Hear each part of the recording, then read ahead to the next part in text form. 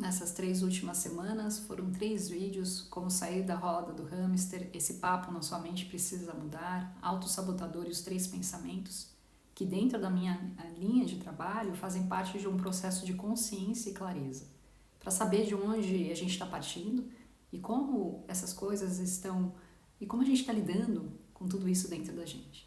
Então a gente passou por 3 semanas observando os nossos pensamentos, as nossas críticas internas e externas, e algumas práticas de como perceber esses sabotadores como eles estão agindo, e algumas práticas para interceptá-los no momento ou depois deles agirem. E quando a gente está antenado, e esses sinais, a gente consegue observar o comportamento das outras pessoas. E a gente sai de um espaço onde só lidamos com o que está aqui dentro para lidar com o que está acontecendo ao nosso redor com mais maestria. As relações mais próximas de nós ganham qualidade, ganham vida, ganham compreensão, tempo, amor, elementos fundamentais para a nossa paz de espírito, para curtir a vida e tirar o melhor proveito dela. Se você não assistiu os vídeos, talvez agora seja um momento bem importante de você ir lá retomar, porque a gente vai começar a adentrar um outro caminho, um caminho mais bonito, mais humano. Nas últimas 3 semanas a gente lidou muito com o racional, com a lógica, com o pensar. Agora a gente vai entrar no sentir, nas emoções, no voltar para o teu corpo, o outro lado do cérebro. Então eu escolhi essa semana uma escritora que aprofunda muito delicadamente nas questões humanas. Ela se chama Brené Brown e ela é perfeita para estrear essa nossa abertura. Brené Brown, o Atlas do Coração, mapeando a conexão verdadeira e essa linguagem da experiência humana. Quanto mais nuances e específicas forem as palavras que a gente tem para expressar as emoções, mais a gente se conecta com elas. Quanto mais nuances forem as palavras que a gente tem para as emoções, mais expansivos são os nossos mundos internos. Entrar em sintonia com esses estados emocionais nos permite construir relacionamentos amorosos com a gente e com as pessoas que estão ao nosso redor. Então, imagina que você está andando e tropeçando no escuro numa cidade que você não conhece, tentando encontrar o caminho para a luz que fica brilhando lá no topo da colina. Você vê algumas formas escuras, acha que reconhece, mas não tem certeza o que elas são. Você sabe que quer chegar naquela luz, só que o caminho até lá tem que atravessar os desfiladeiros profundos, escalar montanhas, e não tem um caminho claro à vista. Você se sente perdido, sem noção clara de onde você está indo nesse cenário emocional dentro de você. Você pode lutar até mesmo para nomear os sentimentos ou entender os sentimentos que vêm tão forte dentro de você. Porque essa pessoa, você vai pensar, por que essa pessoa em particular mexe tanto comigo? O que significa de verdade o que eu estou sentindo? Será que é um sinal que eu preciso descansar? Ou me estressar menos? Você quer entender, mas as respostas para essas perguntas, elas estão fora, naquela escuridão bem nebulosa. E nessa busca por respostas, você é abalado pelas emoções, jogado para fora do caminho, se sentindo perdido e às vezes perplexo e às vezes em desespero. Você sabe que quer chegar num lugar onde você se sinta aterrado, contente, mas parece que aquela luz lá, longe na colina, ela nunca chega, ela nunca se aproxima. E o mais legal disso tudo que eu quero dizer nesse contexto é que hoje em dia, falar sobre as emoções está em pauta. Nas entrevistas, as pessoas falam de trauma, de experiências de vulnerabilidade, de depressão, muito mais abertamente do que antigamente. Mas a gente realmente entende o que essas palavras significam? Por exemplo, será que a gente consegue reconhecer a diferença entre a alegria e a felicidade, a vergonha e a culpa? Então a gente tem muito para aprender sobre as emoções. Eu acho que um grande motivo pelo qual as pessoas gostam dessa escritora Brené Brown é que ela é capaz de oferecer clareza sobre essas coisas que vão moldando as nossas vidas. Ao longo desse vídeo, eu vou mostrar algumas orientações sobre essas paisagens emocionais, como o Atlas do coração. E a gente vai aprender a começar a navegar nos nossos sentimentos com mais nuances e clareza.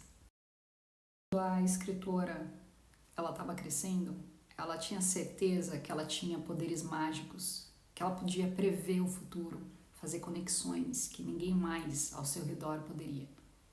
Ela conta a história de quando ela estava treinando com um professor de natação no ensino médio e que ele tinha um temperamento explosivo e que todos os colegas da sala ficavam com medo dele. E eles não entendiam porque de repente ele ficava com tanta raiva o tempo todo. Só que a Brené, ela sabia, ela tinha notado que ele surtava com as pessoas que não estavam se esforçando na prática de natação. Não importava quanto talentoso você fosse, se você não tivesse ali 100% comprometido com a sua melhoria, o treinador ia colocar para fora toda a explosão dele.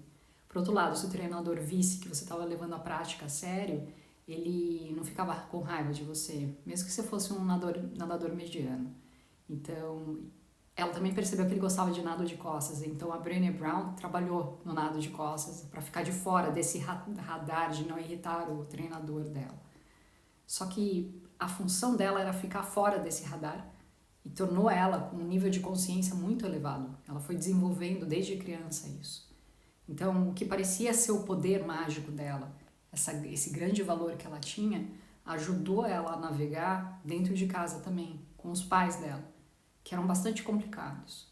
Porque no público, com as pessoas, no social, eles eram gentis, divertidos, sociáveis. Mas quando ia para casa, nas portas fechadas, o comportamento dos pais eram imprevisíveis. O humor variava, eles ficavam descontrolados. E aí eles ficavam com muita raiva sem qualquer aviso. Para ela foi muito confuso, para ela e para os 4 irmãos. Então eles tinham um sentimento de muita vergonha. Porque o que eles pensavam? Puxa, se os meus pais se comportam assim quando estão dentro de casa, então a culpa é de nós, somos nós os culpados pelas reações dos nossos pais. Então a Brené, além de ser a irmã mais velha, ela se sentiu no lugar de que tinha que proteger os irmãos dessas explosões emocionais que eles tinham. Então ela se tornou muito observadora. Ela aprendeu a identificar os pontos fracos nas pessoas e o que agora ela chama de gatilhos de vergonha. Talvez assim, um exemplo que eu posso dar assim, aquelas piadas sem graças ou alguns julgamentos que as pessoas fazem que acionam a pessoa. Então ela percebia isso. Além dos seus pais, ela começou a perceber como os outros adultos também ao redor canalizavam essa raiva nos momentos de dia a dia. Por exemplo, quando eles estavam assistindo TV, um jogo, ou quando estavam dirigindo na estrada. Então ela entendeu que essas situações, muitas vezes, elas não estavam completamente relacionadas ao que realmente deixavam as pessoas com raiva. Então, na época, a Brené, ela não sabia o que fazer com toda essa consciência emocional. Na casa dela, ninguém falava sobre se expressar e falar das emoções. A única emoção que ela tinha, que era aceitável, era a raiva, pelo exemplo dos pais. Então, ela, nessa previsão, né, das explosões, não quer dizer que não foi doloroso para ela, mas ela estava muito atenta, percebendo e atenta para se proteger. E é por causa dessa consciência emocional que a Brené Brown é conhecida hoje. Então ela tem esse superpoder, que ela aperfeiçoou essa habilidade e ela transmite nesse livro Atlas do Coração, que eu escolhi muito, porque tem muito a ver com o meu trabalho de você perceber as suas emoções, de saber identificar o que realmente está aqui através do seu corpo. Porque como eu disse antes em alguns outros vídeos, a gente só modifica quando sente, e não apenas o racionalizar, mas o sentir. Por isso as emoções são muito importantes. Nessa parte do livro eu vou falar sobre pisar em cascas de ovos. E no livro ela diz, não dá para o tempo todo pisar sobre as cascas de ovos como eles se estivessem colados nos seus pés. Muitas vezes a gente percebe alguém muito sensível ou que ela reage às pessoas, que ela está andando, pisando em cascas de ovos. E a Brené Brown disse que as cascas dos ovos estavam coladas embaixo do seu sapato o tempo todo, porque ela é muito sensível ao mundo ao redor, sintonizada no que poderia dar de errado, e isso era muito para ela. Então o que ela fez? Ela tentou afogar esses sentimentos bebendo. Então, ela usou da bebida ali para entorpecer o mundo, só que ele ficava embaçado. E ela já não conseguia mais observar o que estava acontecendo dentro das pessoas. E ela ficou com medo, mais ansiosa, que o que ela fazia? Ela tentava perseguir essa dor para que ela tivesse mais experiências através da bebida. Então ela diz que ela tirou vantagem do álcool, bebendo, mas estava muito longe desse poder, porque ela abafava essa magia, o poder que ela tinha. E nesse processo ela foi reconhecendo, com a ajuda terapêutica, que ela começou num processo longo e difícil a recuperar essa vantagem. Então ela parou de beber, começou a aprender como se sentir novamente, como abraçar a vulnerabilidade, essa questão bagunçada, os sentimentos que não são agradáveis, que não são fáceis de experimentar. Então hoje ela valoriza a sensibilidade, porque mostra para ela onde estão os limites, ensina para ela o que ela precisa. Isso permite que ela sintonize com as pessoas ao seu redor. Com o Atlas do Coração, ela criou um guia para as pessoas como ela, que têm medo da dor, pessoas que sentem todas as coisas, mas não sabem o que fazer com essas emoções tão intensas dentro delas, pessoas que querem encontrar outra maneira de se relacionar com os outros, que estão com medo, pessoas que anseiam por vulnerabilidade. Então a gente vai começar a explorar esse Atlas com mais detalhes. O livro cobre 87 emoções, a gente vai dar uma olhada mais de perto em algumas delas. Embora as emoções sejam muito comuns, você pode se surpreender com que realmente elas estão envolvidas. Então, por que a gente deveria passar mais tempo aprendendo sobre os nossos sentimentos? Imagine que você tem uma dor aguda, bem forte aqui no seu ombro, é excruciante, e não vai embora, começa a atrapalhar a tua vida, aí você corre para a sala de emergência e um médico muito gentil e atencioso entra e tenta descobrir o que está de errado. Quando você começa a dizer para ele o que está acontecendo, algo estranho acontece. Você não consegue tirar uma palavra. Você só pode apontar para a parte geral do teu corpo onde está acontecendo, mas você não pode identificar a localização exata. Então o médico não consegue te ajudar. Você fica frustrado, o seu ombro continua doendo. A questão é que a linguagem ela é importante, porque ela é a ponte entre nós e as outras pessoas. Isso nos permite expressar o que a gente está sentindo e obter a ajuda das outras pessoas. Mas quando se trata das emoções, a maioria de nós é como aquela pessoa com o ombro dolorido. Nós simplesmente não temos as palavras para descrever o que acontece em nós, para os outros ou para nós mesmos. E a Brené Brown, ela descreve como ela e uma equipe de pesquisadores pediram para 7.000 pessoas para identificar todas as emoções que elas experimentaram. E o número médio das emoções que as pessoas conseguiram listar foram 3. Raiva, tristeza e feliz, só isso. De todas as emoções do mundo, todas as nuances da experiência humana, a maioria das pessoas só poderiam descrevê-las em 3 categorias.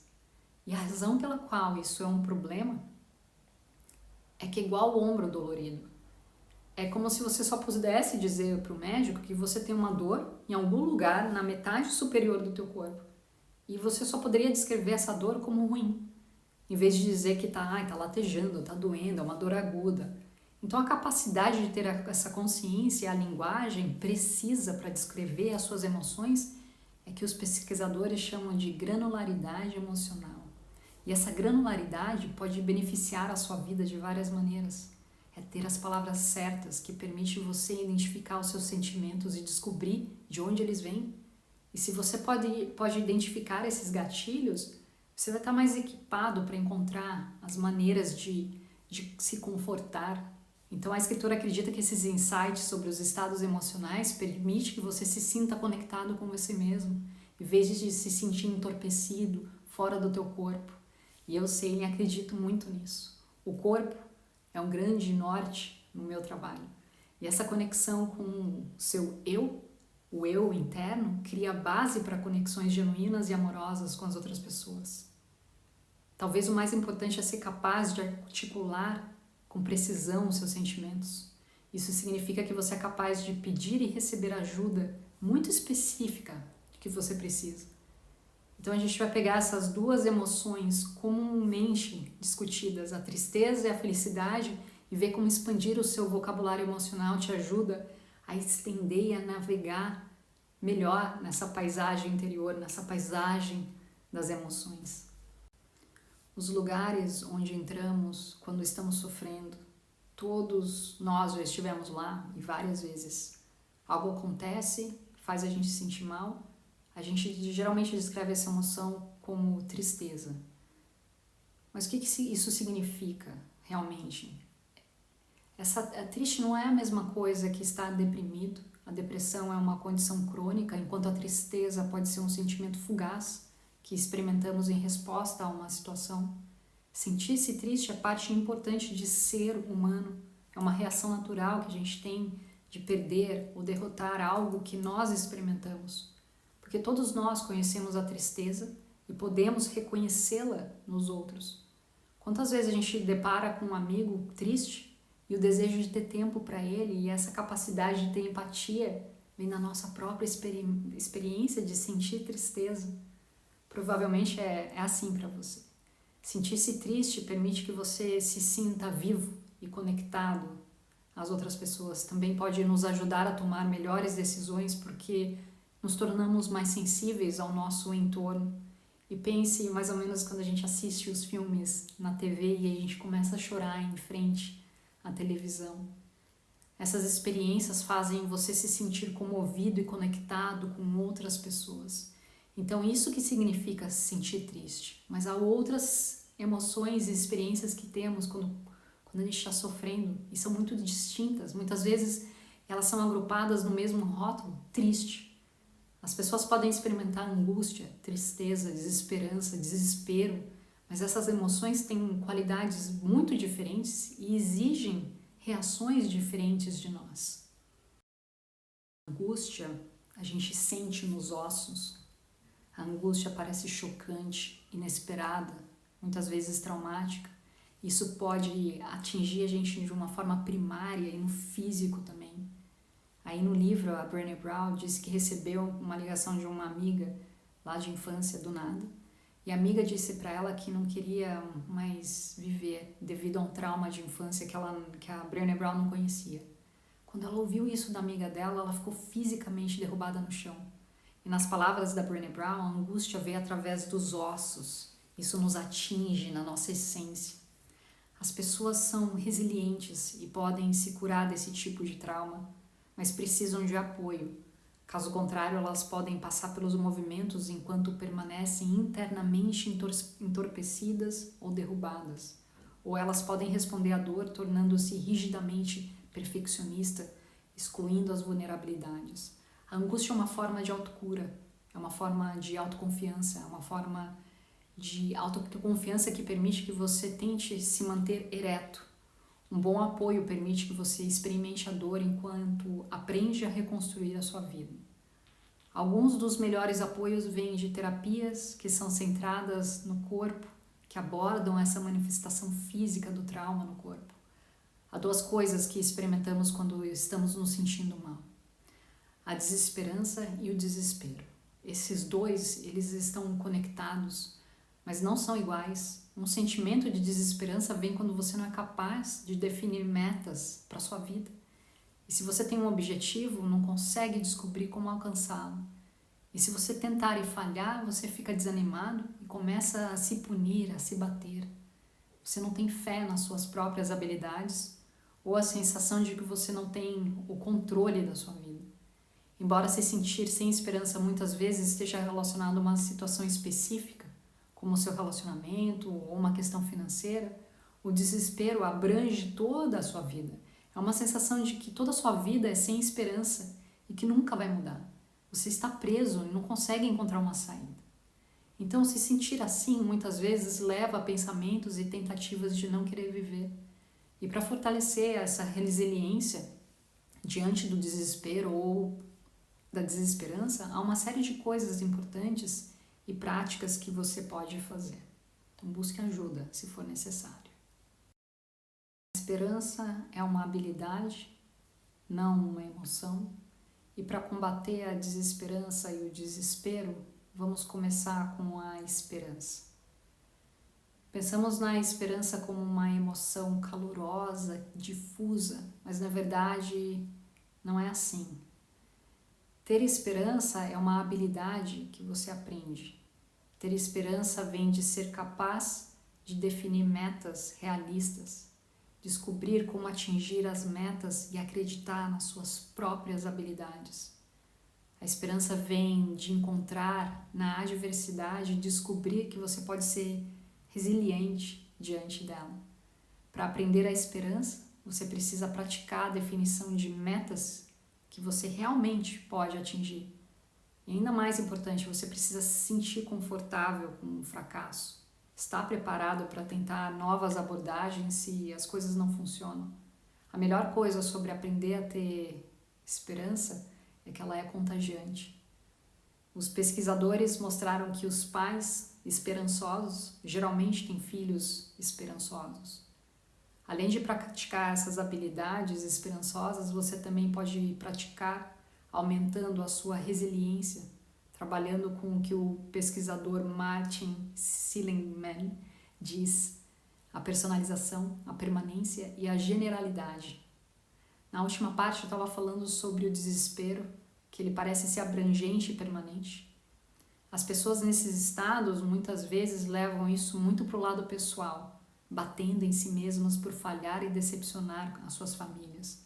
Quando você estiver se sentindo inundado pelo desespero, pare para perguntar para você mesmo. A primeira pergunta é a personalização.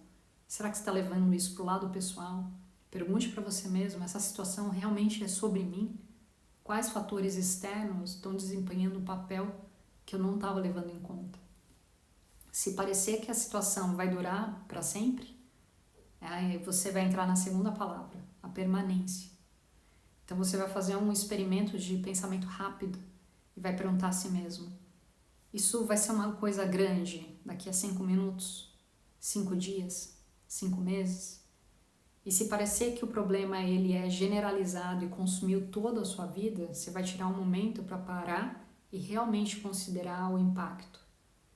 Você pode ter estragado tudo no trabalho, mas isso realmente significa que você destruiu a sua família e todas as suas amizades, as coisas ao seu redor? Essas estratégias oferecem um botão de pausa quando você está se sentindo inundado e sobrecarregado. Essas perguntas oferecem para o seu cérebro racional a chance de voltar para a festa e continuar a colocar suas expectativas em outra perspectiva. Tristeza, angústia, desespero são todos sentimentos dolorosos e difíceis, mas também podem ser professores incríveis. Como humanos resilientes, é possível todos nós passarmos por esses sentimentos, nos tornando mais engajados, empáticos e corajosamente vulneráveis. Se precisar, peço ajuda para lidar com cada emoção. Felicidade, alegria não são a mesma coisa.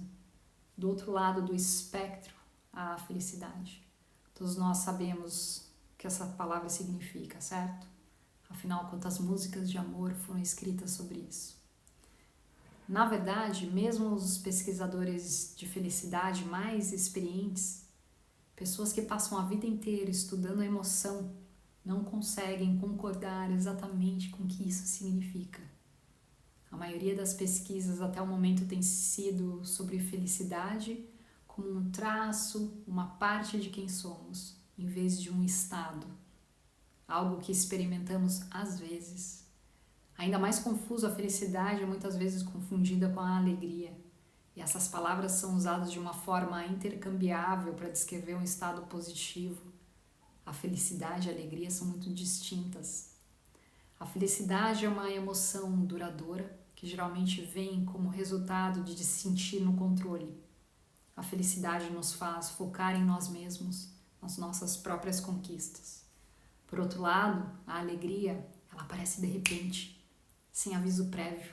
É curto, fugaz, de alta intensidade, concentra a nossa atenção para fora em vez de dentro e nos faz ficar conectado com as outras pessoas, a Deus, ao universo. Nos faz sentir livres, vivos, acordados. A alegria é intensamente prazerosa e é acompanhada por um sentimento de gratidão e apreço. A alegria também é um pouco perturbadora, até mesmo assustadora, porque se sentir alegre é tão maravilhoso que pode fazer você se sentir vulnerável e com medo de perder essa alegria. E é o que acontece quando você observa os seus filhos enquanto eles estão dormindo e você sente aquela enorme facada de alegria, acompanhada por um medo profundo e irracional de que algo terrível pode acontecer com eles.